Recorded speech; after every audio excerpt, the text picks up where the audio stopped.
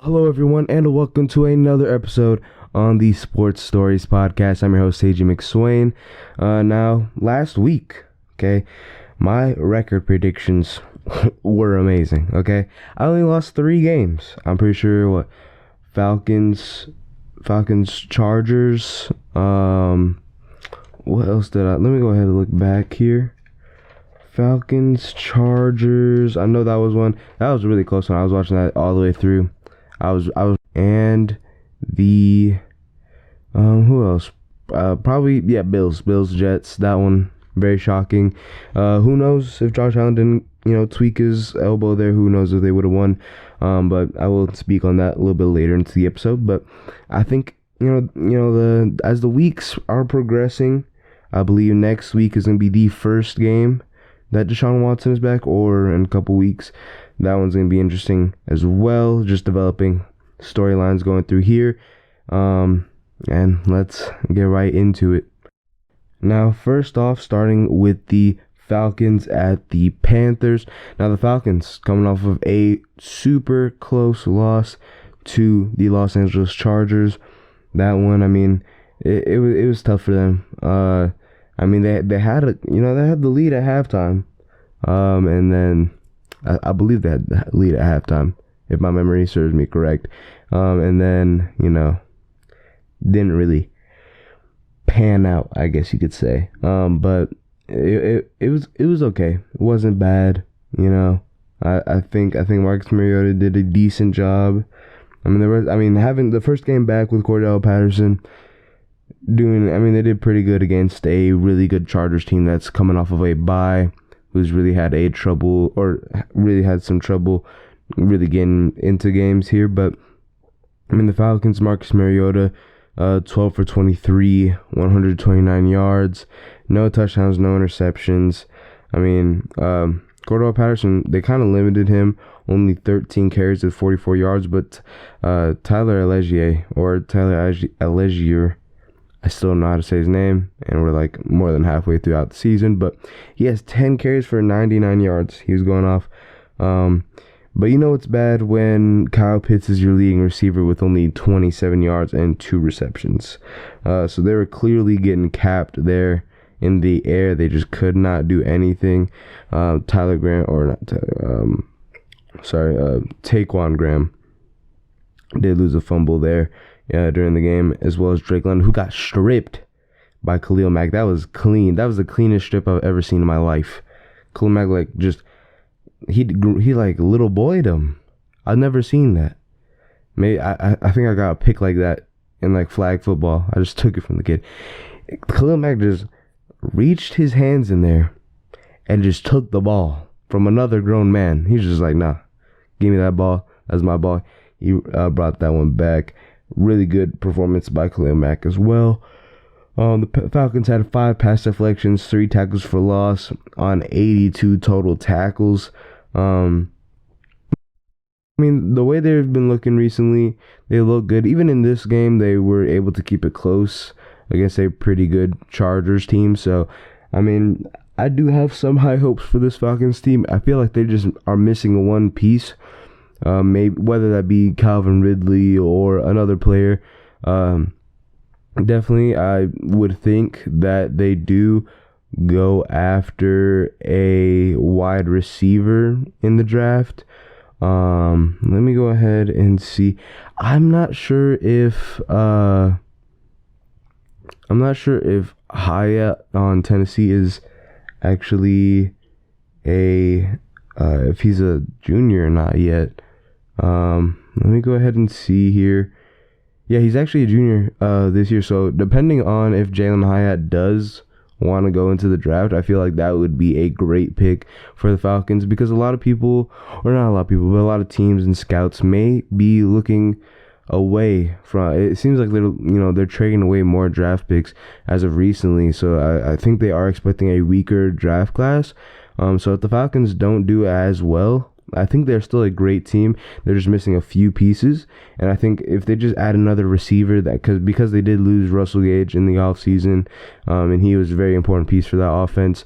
And now trading away Calvin Ridley, I think that's definitely a big hit as well for them next year. So, I mean, they're building, Drake London. He's been a really great wide receiver, even though I was talking about him getting stripped. I think, he's still a pretty good wide receiver for them. Kyle Pitts, still pretty great, even though the consistency did dip off from his rookie season. So, I think if they're able to get a wide receiver like Hyatt in the draft here, I think that'd be perfect for them. They definitely need another offensive weapon to give Marcus Mariota, because their defense isn't all that bad. Because you could still pursue a pretty good defensive prospect in the second round, in my opinion. So, both of those I think are going to be great for the Falcons. But moving on to the Panthers. Now the Panthers, they are coming off. Let me see here actually. They're coming off of a pretty bad loss to the Bengals. Now that I remember, I believe they had PJ Walker starting the game. Then after they were down about 35-0. They decided to put in Baker Mayfield, who, he tried to get him back in the game. Or it's 35-7 probably. He tried to get him back in the game, but just did not work. Baker Mayfield went 14 for 20, 155 yards and 2 touchdowns, no interceptions, which is pretty rare for him. And then PJ Walker, while he was starting, he went 3 for 10, 9 yards and 2 picks. So, not the best stat line that you want from a quarterback who was starting the game. Rushing wise, couldn't get anything off the ground. Foreman was the leading rusher with only 23 yards on 7 carries. Terrence Marshall did his thing. He's definitely a wide receiver that's on the rise fantasy wise. 53 yards on 3 receptions and a touchdown. But yeah, not the best performance by the Panthers whatsoever. Only 3 pass deflections, 2 tackles for loss, 2 sacks on a pretty bad Bengals offensive line, and 85 total tackles. The Panthers' performance was not impressive. They could not stop Joe Mixon whatsoever. He had 5 touchdowns on the day, which is incredible. But yeah, just really bad performance by the Panthers, both offensively and defensively. Just not a well-rounded game played by them. But for this game, I do have to go with the one of the better NFC South teams. And I'm going to have to go with the Falcons, who are currently second in the NFC South. I'm going to go Falcons by 4 here. I think the Falcons are definitely the better team compared to the Panthers. I still think they can play, really well. But this NFC South division is terrible. Kind of reminds me of what the NFC East of a couple years ago, where the football team, but not the Commanders, made it to the playoffs with like a 7-win record, all because they won the NFC East.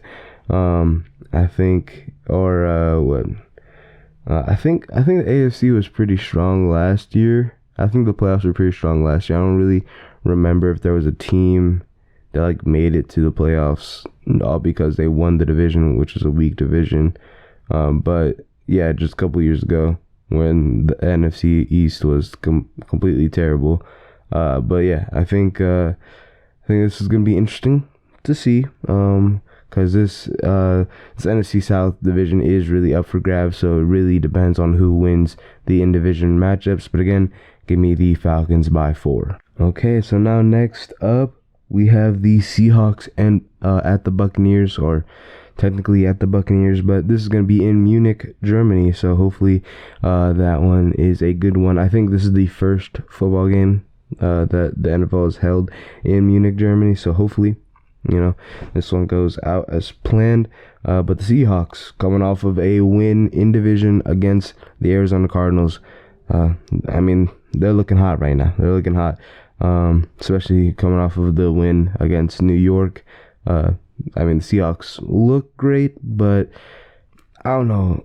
I'm not totally convinced. Because I want to say that the Seahawks could win and could beat this Buccaneers team easily, but there's a good chance that they might not. I'm still not. I mean, if they do beat the Buccaneers handedly here, then I'd say I'm convinced about what the Seahawks can act now. But it is going to be shocking to see what they can. But Geno Smith in the game against Arizona went 26 for 34, 275 yards, 2 touchdowns, and an interception. Kenneth Walker, I mean, he was going off. He's definitely a big candidate for Offensive Rookie of the Year. But he had 109 yards on 26 carries and 2 touchdowns. They were really giving him the ball near the end of the game when they had to run out the clock. And he was able to get a touchdown because Arizona scored a touchdown to make it a 1-score game.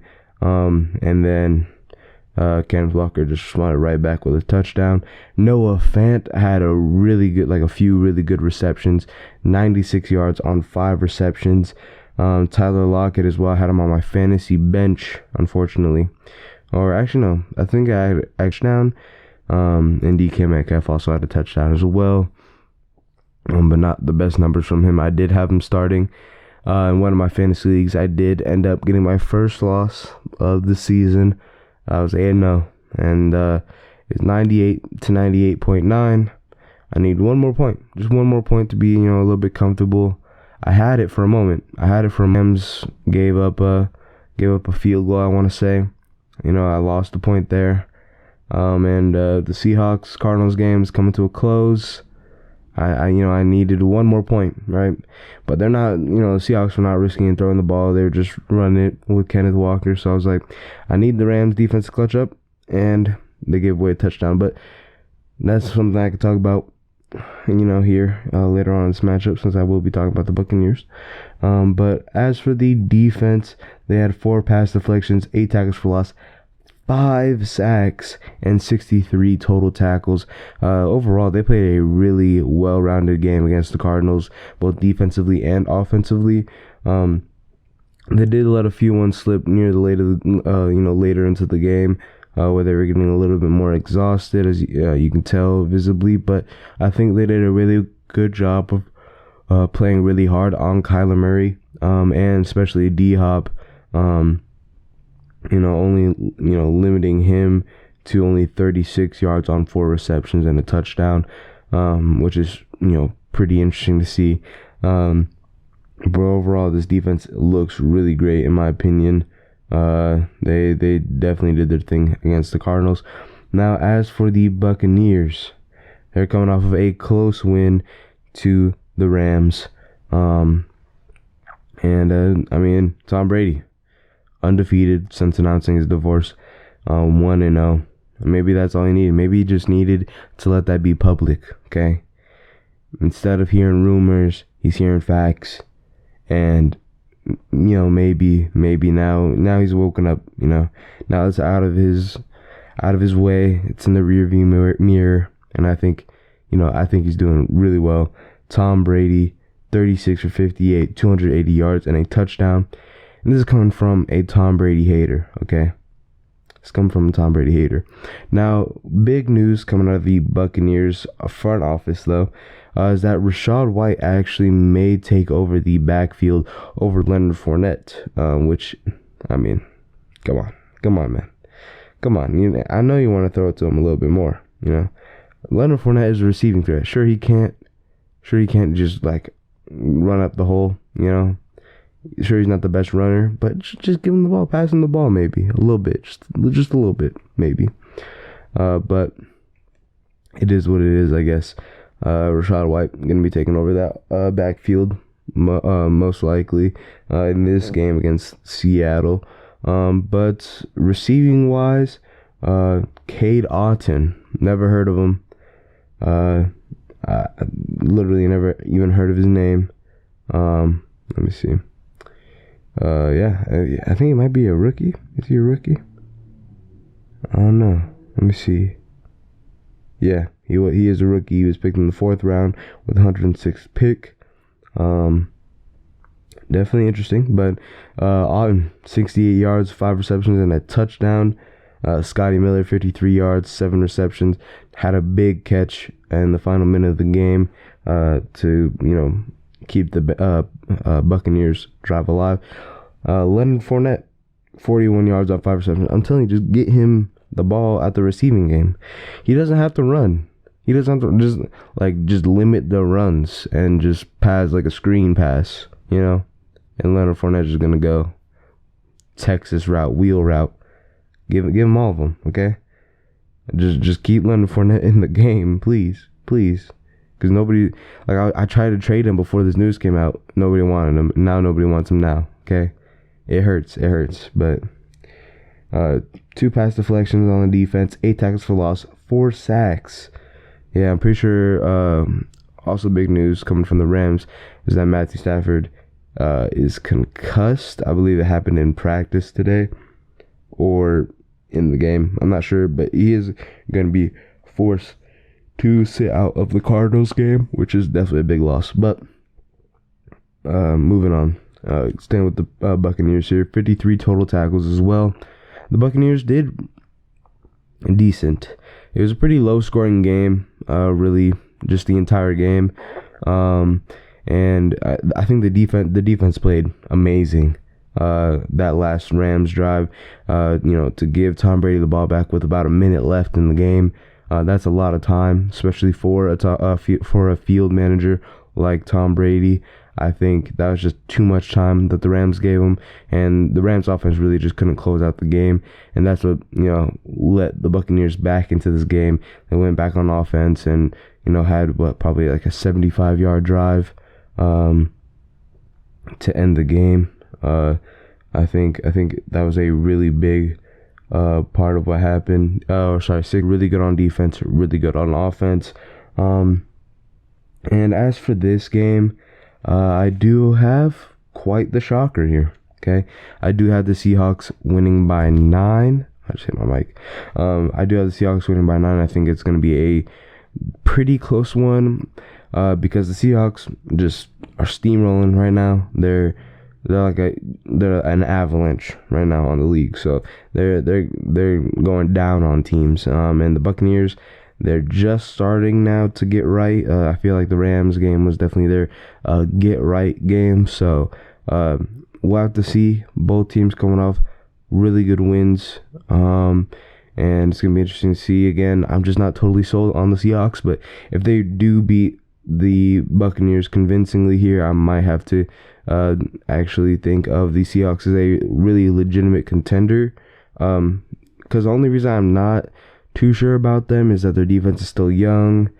They've had some injuries to the offense, and Geno Smith obviously is not the most ideal quarterback. And when you think of consistent quarterbacks, but if they do beat the Buccaneers here, which I think they will, then I will start to consider the Seahawks as a very legitimate team in this league. But overall, I think it's going to be a really great game, really early game on Sunday. So definitely one to tune in there. Now, next up, we have the Lions at the Bears. Man. Again, I think the sun shines brighter when the Lions win. It's just a little bit brighter, has a little pep in my step, little nice way, to have the day end in the afternoon with a win by the Lions. And the fact here is that it was really nothing special. Okay, Aaron Rodgers, I can see where Aaron Rodgers is coming from. He's just like, how do we lose to that team? He knows that the Lions are bad, but you still lost to them, Aaron Rodgers. You still lost to them. And I've come to respect Aaron Rodgers and his opinions on things. Respectable. But if you're calling the Lions trash, that's just what happens, okay? You lose to the Lions. You didn't take them as an actual threat. And, I've seen from other interviews of Aaron Rodgers and just other people reacting to what he has to say, there's a lot of we when Aaron Rodgers is speaking. He's like, yeah, we didn't do good.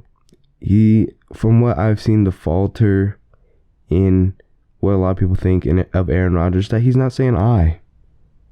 He's not saying me. I did bad. I did poorly. He's saying we played poorly. We did bad. We didn't execute on plays. Instead of I didn't execute, I didn't play well. And maybe that's an issue with his leadership. And I'm not saying that he's a bad leader, but from who he's playing with as of right now, he's playing with younger athletes. He's playing with these rookies, and it doesn't really seem like the leadership method is really getting to them. And this could be why he's not really addressing himself, as you can see from Josh Allen, who a lot of people like on the team, who a lot of people say he's a great leader. He's saying, I didn't play well against the Jets, right? He's saying I didn't play well against the Jets.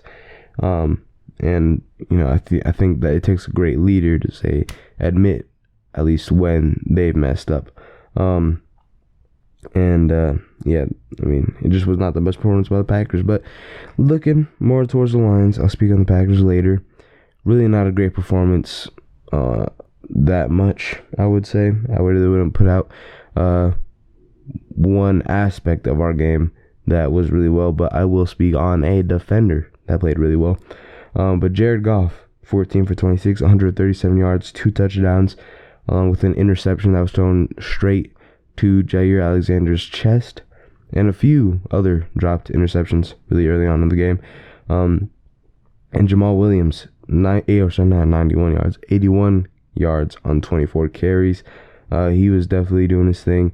DeAndre Swift still being limited. He only had 10 yards on 2 carries, so I'm not sure if he is going to be playing much in this one against the Bears, but I feel like he probably will have another limited game. Just kind of the basis of what happens to DeAndre Swift here near the end of the season, just dealing with injuries. Then Amon-Ra St. Brown did his thing, 55 yards on 4 receptions. Again, not really anything special, but James Mitchell and Zylstra both got their first career touchdowns in the NFL, and Zylstra was wide open, and James Mitchell had a really good clutch catch to extend the lead from 9 to 8. It was like 6 to 8 to 6 to 15. So it was definitely a really clutch touchdown. And then as for the defense, 9 pass deflections, 3 tackles for loss, 1 sack on 77 total tackles, and the GOAT, the absolute best defensive player in the league, Kirby Joseph, rookie. He played amazing. Okay, he played absolutely amazing, and he went down. So I just dropped my phone, and he played a really good game, and he was injured. He played. I think he was injured near the end of the game, so he didn't get that full of play time, but he still was going off. He had 2 interceptions, and I believe he also had 10 total tackles, as well as 3 pass deflections. That earned him enough to win the NFL Defensive Player of the Week and Rookie of the Week, I want to say, or Defensive Rookie of the Week. And I mean, that was great to see. And then Aiden Hutchinson with a pick. That was also pretty amazing. Because I was flipping in between the Lions and Raiders games. Flipped to the Lions game. Aiden Hutchinson's dancing with the ball in an end zone. And then I see, boom, picked off Aaron Rodgers in the red zone with the most hilarious play that they had David Bakhtiari out here going on an out route on the left. I mean, that was perfect read by Aiden Hutchinson, though, coming off the block from Bakhtiari. And most people would probably be really aggressive, especially rookies, aggressive to get to the quarterback, leave Bakhtiari wide open, which he was still wide open. Not the best pass from Aaron Rodgers. And Aiden Hutchinson dropped back and was able to get that pick. Definitely very clutch. I think they had 3 trips to the red zone. Those 3 trips resulted in interceptions. But overall, I mean, the team didn't play all too well. It was really a sloppy game, just all around, especially with it being 15-9. But this was probably one of the best performances that I've seen from this defense, even though it wasn't the best. It wasn't as coherent, I would say. It wasn't really as organized, but they still limited a team to only single digits their first game in a while that they've limited to an offense to only single-digit points, especially since this defense allowed 26 points per game. This is definitely a big feat for them. And hopefully they can continue to next week. I think, really, I'm really proud of this team. That was a grinded out win. Not very convincing, but hopefully they can continue to pick it up next week. But next week will be another week that we don't see Jameson Williams, unfortunately. Looks like he will be playing in December, later into the season, or there's even a chance that we don't even get to see him at all this year, and we'll have to wait till next season to see him play. But can't wait to see Jameson Williams on the field. And then as for the Bears, coming up on a really close game, really close loss to the Miami Dolphins. Now, luckily, both of these teams have played against the Dolphins. I believe the Lions lost by 4. In this case, Bears lost by 3. And there was a controversial pass interference call with that last drive in the game, which is pretty blatant. In my opinion, it was pretty blatant that it was a pass interference. But I'm not the refs, and every loss that the Bears have is better for the Lions to win the NFC North, which they probably won't because the Vikings are just on a roll. But besides that, the Bears, Justin Fields is literally just putting the entire team on his back, okay? He went 17 for 28 on 123 yards and 3 touchdowns. And on the ground, he had 178 yards on 15 carries and a touchdown. So, 4 total touchdowns, basically 300 plus total yards on offense. And that was about it. He literally carried the team. Defensively, they had 2 pass deflections, 1 tackle for loss, no sacks, and 45 total tackles. But yeah, that was just about it for the Bears. The only reason why the Bears were even in this game is that the Bears, not the Bears, but Justin Fields was the one carrying the Bears. He had 4 total touchdowns. So yeah, he was really the main facilitator of everything, both off the ground and through the air. The next best rusher on the team was David Montgomery. He had 36 rushes on 14 carries, which is 1 less carry than Justin Fields had during the game. And Darnell Mooney had 43 receiving yards on 7 receptions, and a touchdown. So really just not the best performance. Chase Claypool's first game with the Bears did terrible. 13 yards on 2 receptions. Just not good. But yeah, the Bears really just Justin Fields. Now, going into this game, I do know the Lions and their history with mobile quarterbacks, and it's not good. Okay. Now maybe in this meetings they do bring attention to how Justin Fields can run. But just look at watching games that they've played against Jalen Hurts, Tua Tagovailoa. Even last year with Lamar Jackson, Geno Smith this season. They just have not been able to stop the quarterback run game. So if Justin Fields might have a better game, if not even or might have the same game, if not a better game against the Lions, rushing wise, I think the Lions defense, they play majority man coverage, so they leave basically the entire middle of the field open, with no middle linebacker playing the middle of the field. So Justin Fields could just run. And because our defensive linemen, they do get back in the backfield pretty quick, but they just, the way the offensive linemen block and the way they go, they kind of just surround the outside, contain the quarterback, and leave the middle wide open. And then Justin Fields would just be able to run or just step up in the pocket and launch the ball. So, this defense really can't stop a mobile quarterback. So I'm sure Justin Fields will have a field day with that Lions defense. So this one's going to be interesting. But as for this game, I do have the Lions winning by 3.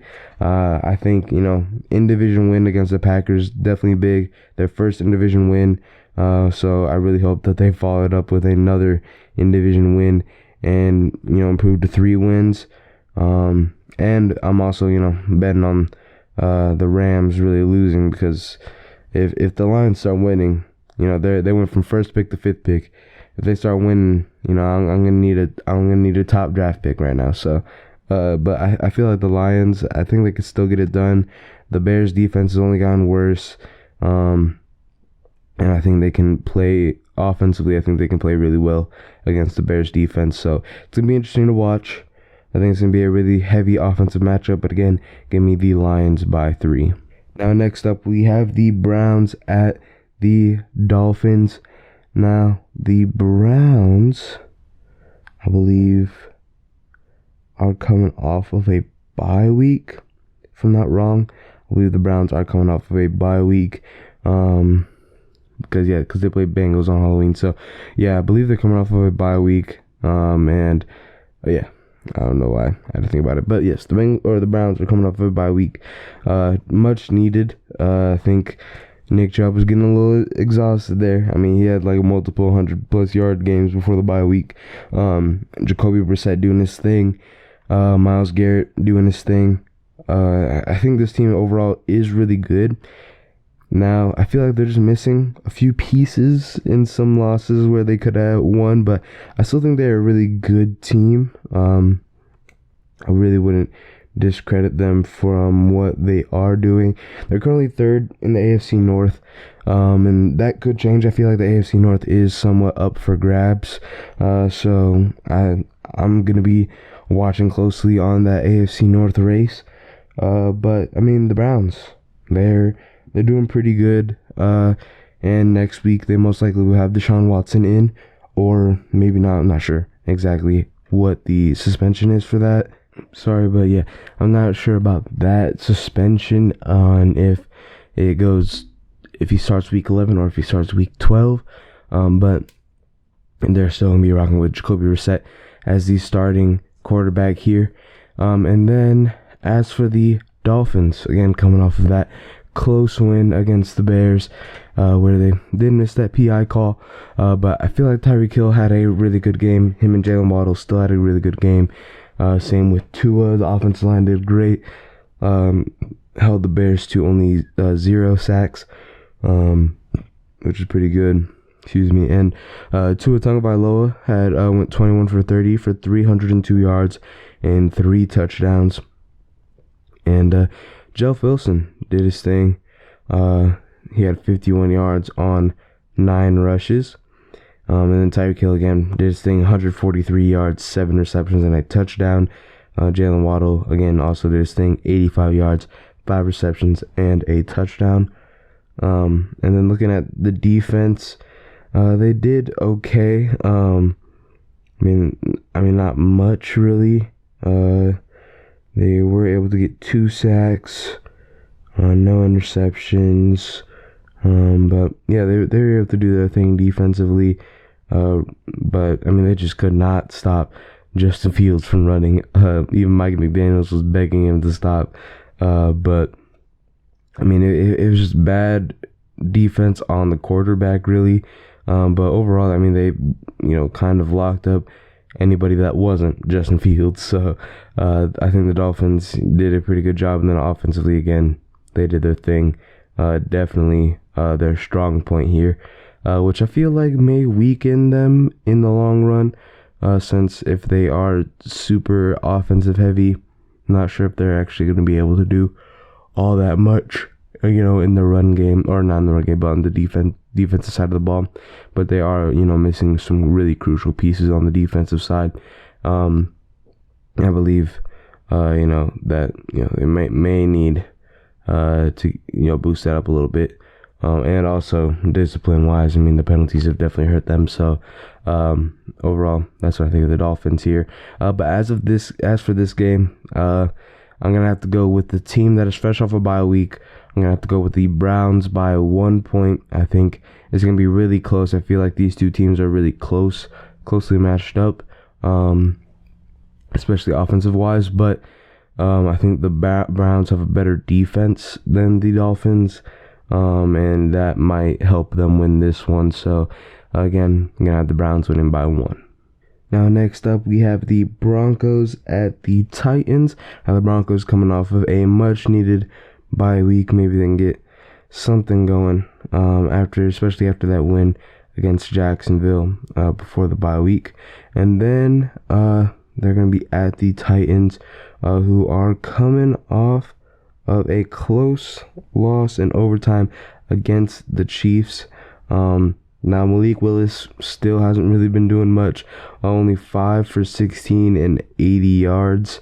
But Derrick Henry still carrying the team as usual. 115 yards on 17 rushes and 2 touchdowns.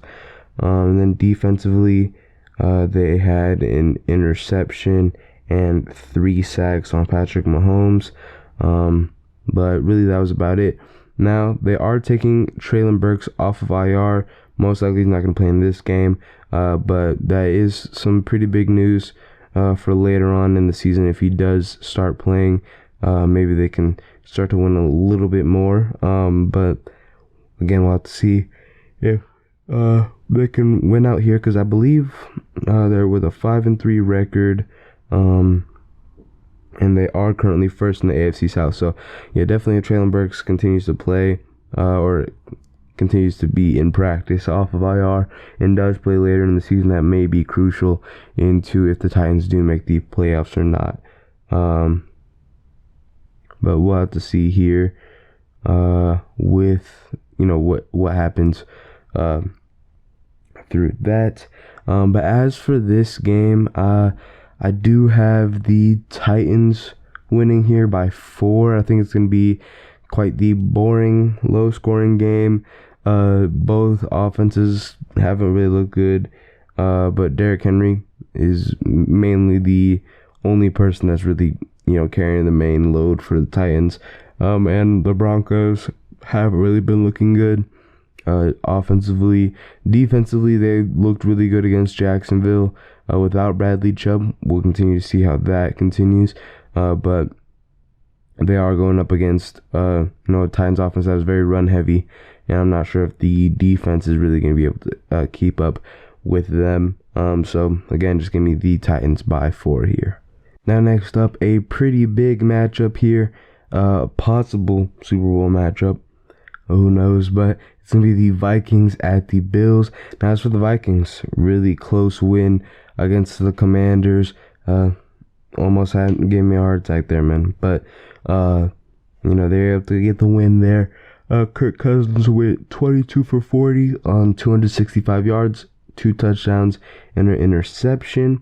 Not much really happened to the running game as Dalvin Cook, only had 47 yards. But Justin Jefferson did his thing through the air, 115 yards on 7 receptions and a touchdown. And the sadly newly acquired TJ Hawkinson from the trade with the Lions also went off 70 yards on 9 receptions. And then Adam Thielen, 67 yards on 3 receptions. Defensively, they really weren't able to have that many turnovers. Harrison Smith got an interception. And also the defense was able to get a sack. But that was really about it. Overall, they played decent against a pretty bad Commanders team. Thanks to a really clutch touchdown catch by Dalvin Cook, tied the game 17 apiece, and then the defense clutched up there at the end, gave the ball back to the offense, and based off a pick from Harrison Smith, and then they were able to get that field goal, and really waste down some time on the clock as well. That definitely helped them. They were able to get the win there by 3. Definitely pretty interesting how they were able to only beat a pretty bad Commanders team by 3. But moving on to the other side of the spectrum, Funny enough, both of these teams, their final score was 20-17, but the Bills were on the losing side. Again, surprisingly, on the losing side of that. Not a lot of people really believe in the Jets to get that one, but surprisingly, they did. Josh Allen went 18 for 34 with 205 yards, no passing touchdowns, and 2 interceptions, and was also sacked 5 times. So obviously not the best performance by him, but he was able to get it done through the ground as well. 86 yards on 9 rushes and 2 rushing touchdowns. Stephon Diggs went off 93 yards on 5 receptions, but that was really about it.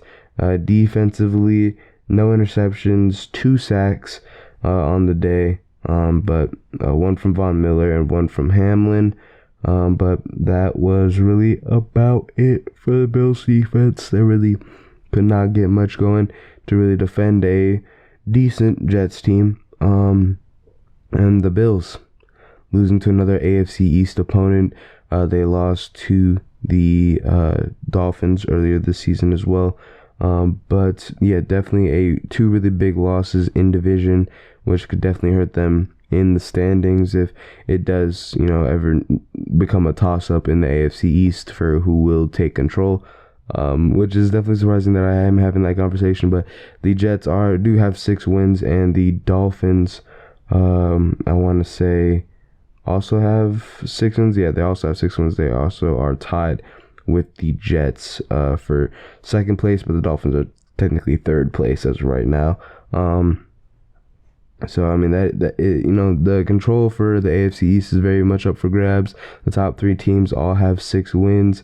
While the Patriots have 5, so very close in contention there with who will take over the AFC East. And the Bills definitely need something that can get their backs off the wall here. Now there is a possible chance, and it does look like Josh Allen is doubtful to play. Looks like it's a sprained elbow, not anything serious, which is good, but they may be taking some precautionary measures just to make sure that he is able to play later on in the season and also play in the playoffs when they really need him most. So it looks like they may bench him for this game just because of that sprained elbow injury. But as for this one, I still have the Bills winning by 4 here. I think that offense is still really good. The defense may need some work, and it's going to be really hard to play against a really rolling Kirk Thuggins-led offense. So I think it's going to be really hard for them to play, but we'll have to see here. But again, give me the Bills here by 4. I think overall they're just a little bit of a better team, even if Case Keenum is starting for them. Now next up, we have the Texans at the Giants.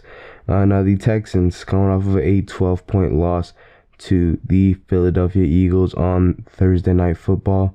But Houston, see here, Davis Mills went 13 for 22 on 154 yards, 2 touchdowns with 2 interceptions, and was sacked 3 times. Dameon Pierce continues to lead this offense with 139 yards on 27 rushes, who is my Offensive Rookie of the Year candidate. He was going off against the Eagles, even though he wasn't really able to see the end zone. He was just breaking tackles left and right. Receiving wise, Dorsett had a good game, 69 yards, 3 receptions. And this game was played without Brandon Cooks, and it looks like it's going to be another one without Brandon Cooks. So I'm not sure if he's going to be able to play the season out, or if he's just going to sit out the rest of the season since he wasn't traded at the trade deadline. And then sack-wise, the defense was able to get 3 sacks, and they were able to do their thing. Overall, I mean, they did surprisingly well against a really good Eagles team. I wouldn't say they played like anything crazy, but I think they definitely did or tried their best against a really good Eagles team. And then as for the Giants, they're going to be coming off of a bye week. No really big, no big injuries for them. I think just some much needed rest. And I think they can get back at it. But that is basically it for this matchup. But as for this one, I do have the Giants winning by 3 here. I think it's going to be slightly close, only because the Giants are coming off of a bye week. And the way the Texans did play against the Eagles, I think is pretty good. So I'm just going to have the Giants here. Only win by 3, but I still think they would be able to beat the Texans. Now next up, we have the Jaguars at the Chiefs. Now the Jaguars coming off of a really good win against the Raiders, where they were able to beat a 17-point deficit. And Trevor Lawrence did his thing during that, 25 for 31, 235 yards, and a touchdown. Travis Etienne, definitely a big part as to why they won that game as well. 109 yards on 28 rushes and 2 touchdowns. Christian Kirk did his thing as well, receiving 76 yards on 8 receptions and a touchdown. Defensively, they were able to get 2 sacks, but that was really about it. Overall, a pretty good game was played by Jacksonville. They were down 17-0 at half. They came back and they were able to win 27-20. And they were just able to run the ball near the end of the game and really stop the Raiders from scoring or really getting the ball into the hands of Devontae Adams near the end of that second half. So definitely really well played defense and time management by the entire team there, especially being down 17-0. And then as for the Chiefs, they're coming off of a close overtime win over a pretty bad Titans team, or a quarterbackless Titans team. I mean, Malik Willis, I wanted him on the Lions, but he just hasn't really looked that good against them. But they're only having him throw the ball 16 times, so not really much. Small sample size to really pick from Malik Willis. But as for the Chiefs, Patrick Mahomes went 43 for 68, 446 yards, and 1 touchdown, along with 1 interception, and he was sacked 4 times. Patrick Mahomes also had 63 rushing yards on 6 carries, as well as a rushing touchdown to pair with that passing touchdown. Travis Kelce went off. I had him on my fantasy team, 106 yards on 10 receptions. Juju Smith-Schuster has had, this is really first big game since he has went to the Chiefs since free agency. 88 yards on 10 receptions. McCole Hardman, 79 yards on 6 receptions and a touchdown. I mean, so really great stats put up there by the Chiefs. And then defensively, they were able to get 2.5 sacks. They did their thing there. I mean, overall, it was pretty good all-rounded team. Now they really weren't able to stop the run. Derek Carr is a really tough person to stop, but they really weren't able to stop the run, and that's what kept the Titans in the game the entire time. But luckily, they were able to win in overtime. And then as for this game, I think it's pretty safe to say here that I have the Chiefs winning by 8. I think they should be able to beat the Jaguars. Travis Etienne is going to be another running back that's going to be tough to stop, but I think if they do learn from their mistakes in this game, they should be able to stop Travis Etienne pretty well. And then the Jaguars defense really isn't all that great, and I think they're a little bit worse than the Titans defense. So I'm going to say that Patrick Mahomes and Travis Kelce may have another great game, which will propel them to win this one by 8. Now next up, we have the Saints at the Steelers. Now the Saints coming off of a 14-point loss to the Ravens on Monday Night Football. Now Andy Dalton went 19 for 29, 210 yards, and with a passing touchdown along with an interception. He was sacked 4 times, but it does look like he is going to be the starter for the remainder of the season unless he is really bad. But they are playing a healthy Jameis Winston at backup, so it looks like Andy Dalton will keep the starting job here. Now, Alvin Kamara coming off one of the best games that he's ever had against the Raiders with those 5 touchdowns into this one. Had only 30 rushing yards on 9 carries. And then Chris Olave did his thing, though, 71 yards on 6 receptions, but nothing much to the air other than that. Defensively, they were able to get to Lamar Jackson 3 times for 3 sacks, which is pretty good. And they were able to defensively, they did pretty well stopping Baltimore, but, offensively, they just could not really produce much off the ground or much through the air, really, besides Chris Olave. So, just not the best offensive performance by the Saints. Now, as for the Steelers, they're coming off of a bye week, much needed. I think they kind of need to recuperate, get their game plans all settled in, and maybe they can maybe have some success after this bye week. But I don't think so. I think the Saints will win here by 9. I think it's going to be a pretty handily won game by the Saints. I think they're going to be able to beat the Steelers and maybe get back on track to really making the playoffs, since they are third in the NFC South.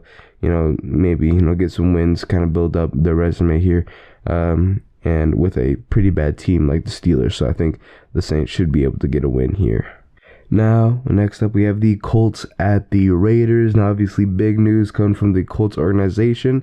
They fired Frank Reich after a pretty bad game against the New England Patriots. And now they have hired Jeff Saturday as their head coach, who played a little bit or coached a little bit of high school football.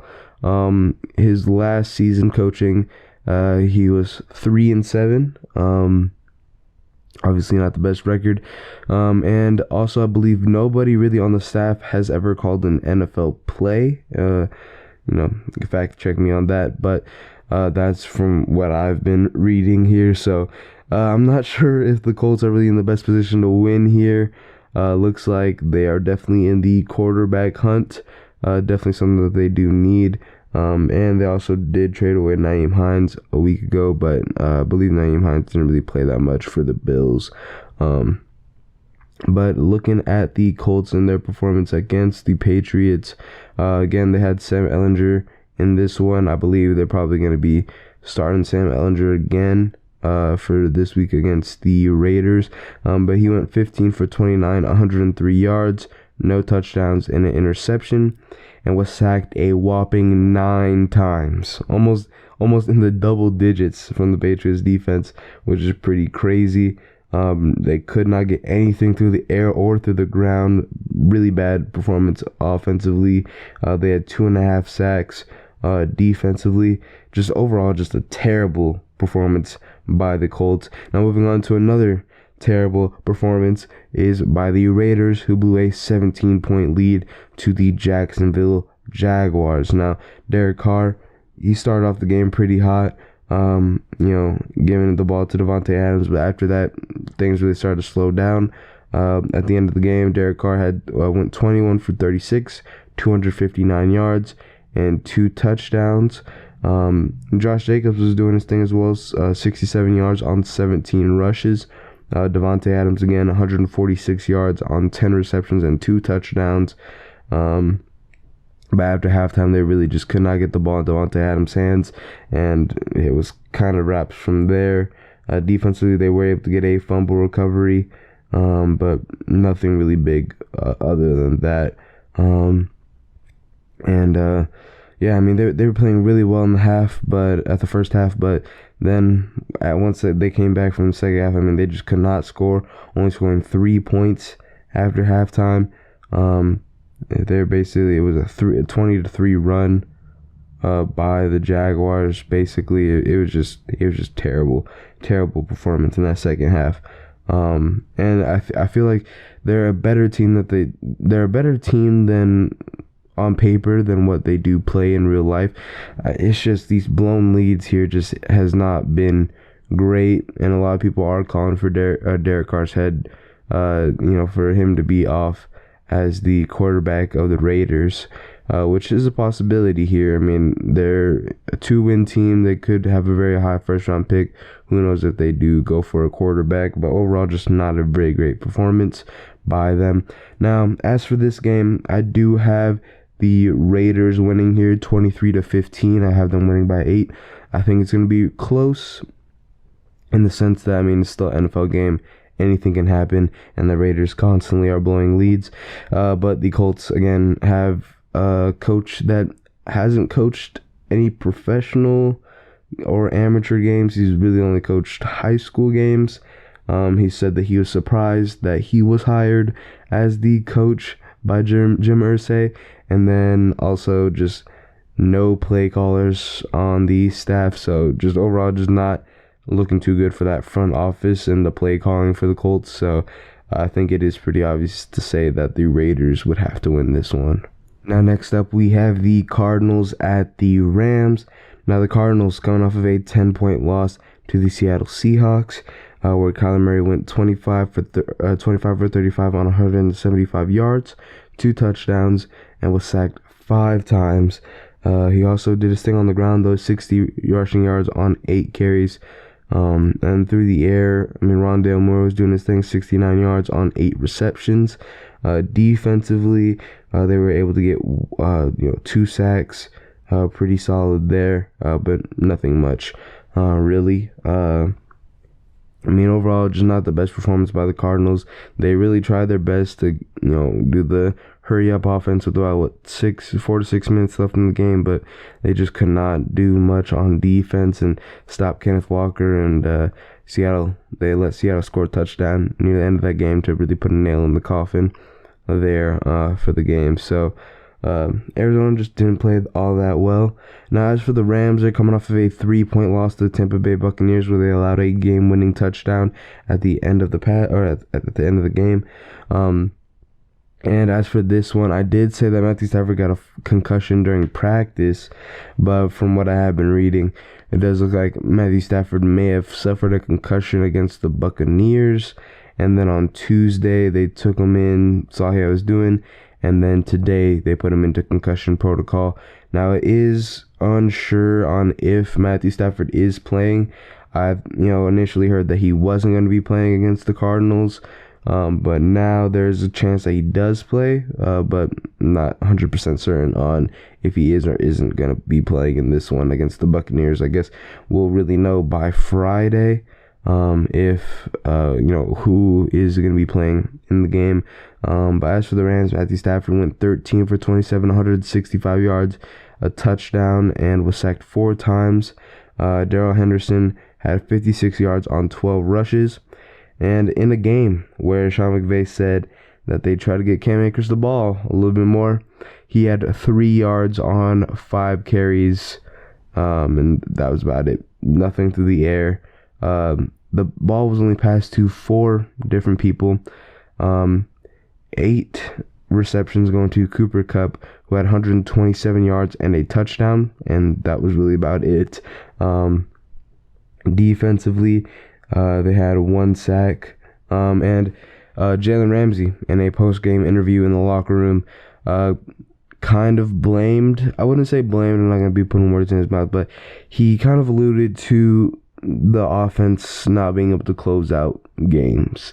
He was talking about how, they get a stop on the Buccaneers, and, they go into the sideline and they're telling them to keep their helmets on, stay locked in, stay ready, because the offense is just not able to close out. The offense had a quick 3-and-out, and again, gave the Buccaneers a whole minute to score the ball, and they were able to do it. And because the defense is exhausted, I mean, they're on the field for most of the game, and it just did not look it did not look good whatsoever. The Buccaneers had 31 minutes and 16 seconds of possession time, whereas the Rams only had 28 minutes and 44 seconds of possession time.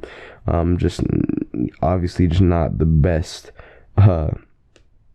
performance by the defense, or not by the defense, but by the offense. And it seems like a lot of defensive players are, not looking too hot about going there, or not going there, but playing for the Rams, since the offense is just not able to close out games.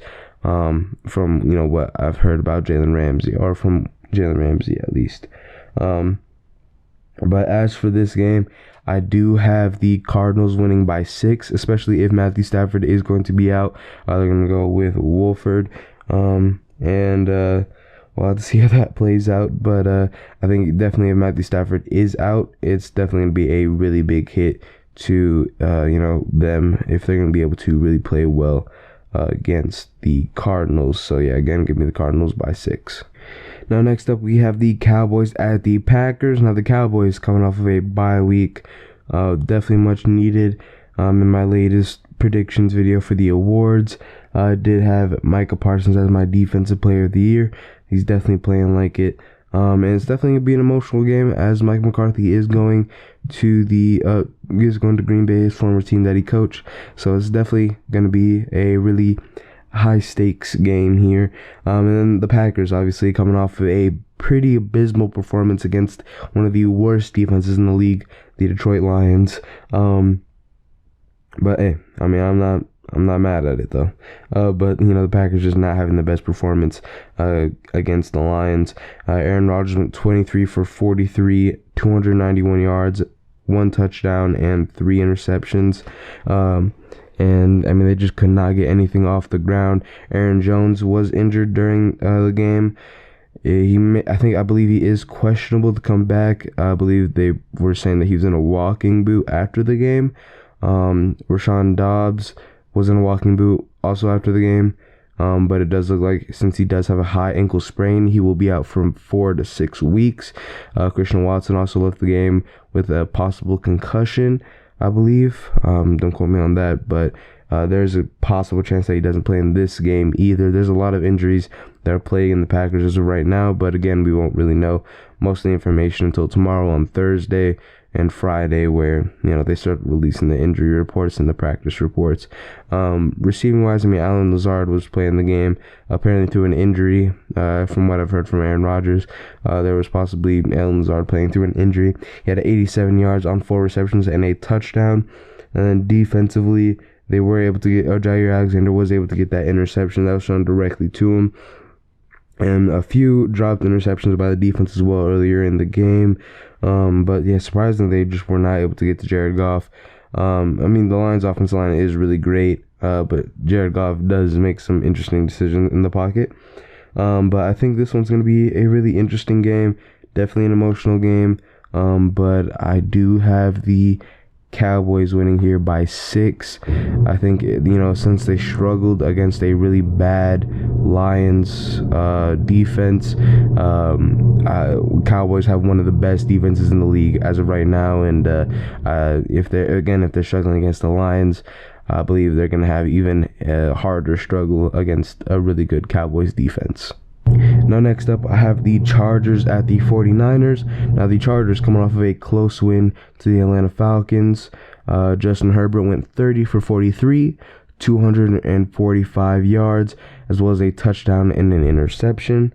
They really couldn't get much off the ground. Through the air, they were able to get it. Jordan Palmer, 106 yards on 8 receptions.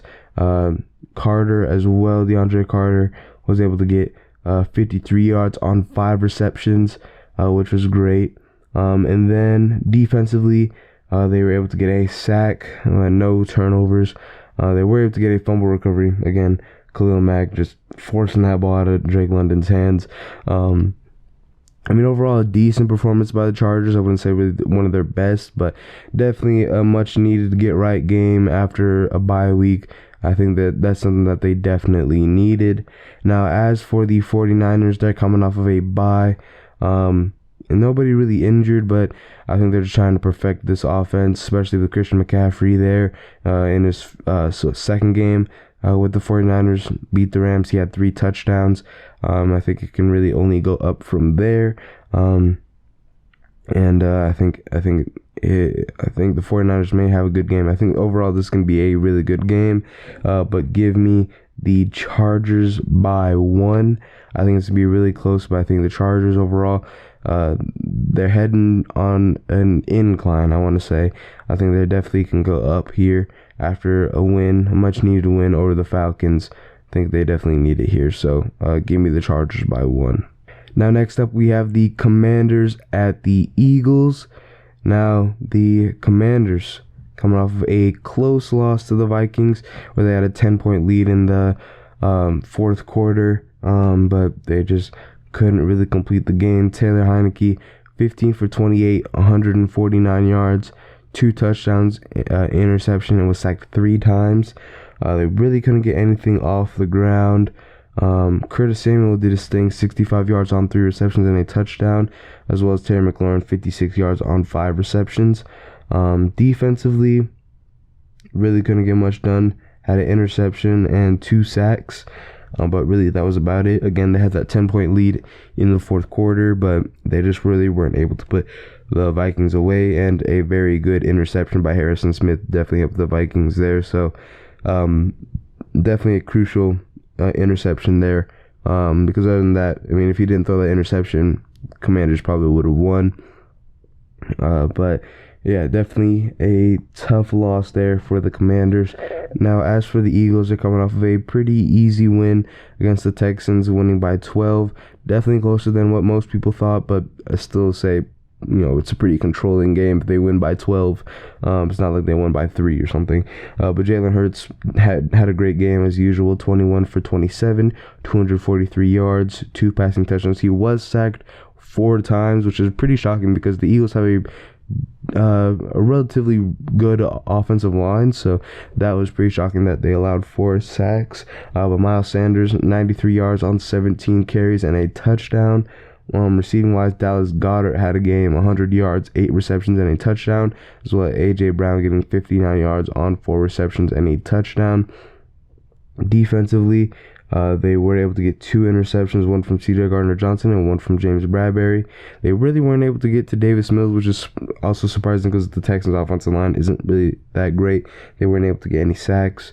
But as for this one, I think it's a really important NFC East matchup, but I do think I'm going to go with the pretty obvious answer here and go with the Eagles to win here. I think overall they are the better team compared to the Commanders. And that'll be all for today's episode. Thank you for listening or watching all the way through. If you are watching on YouTube, make sure you go ahead and leave a comment, like, and subscribe, and also hit that notification bell if you do want to be notified on all the videos that I do post. And also share the video with anybody that you think would want to know my Week 10 predictions.